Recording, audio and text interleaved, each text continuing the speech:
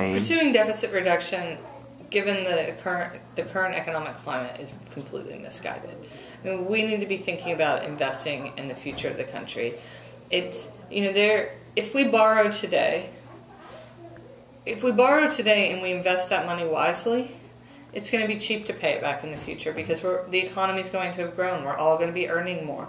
If you are a kid today, you want the government to be borrowing and investing in your future because you'd rather earn more and owe more than earn less and owe less. And that's the kind of calculus that we're just not doing right now. We're not, the conversation has gotten lost in this idea that we either sort of reduce the deficit or we don't.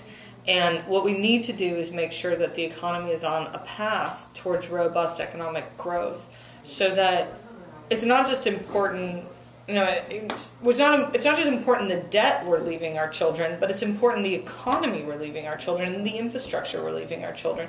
And if we can leave them an economy that's stronger, then they'll be better off than if we leave them one that is weaker. And right now, basically what you're saying is we're only having half of that conversation.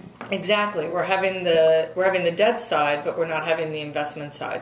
We're cutting teachers for these very kids and then saying we're going to help them by cutting the debt.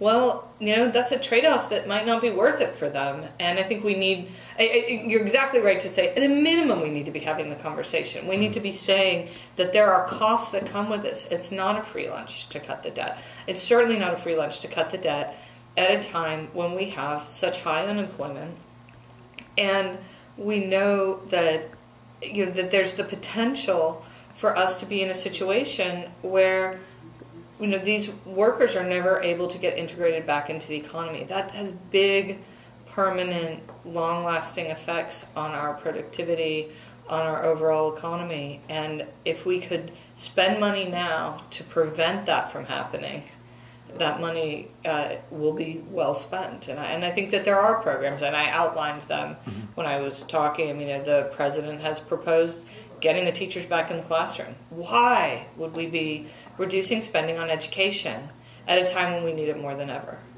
Why would we be cutting important community service positions like firefighters and policemen at a time where we need those services and at a time where people need those jobs?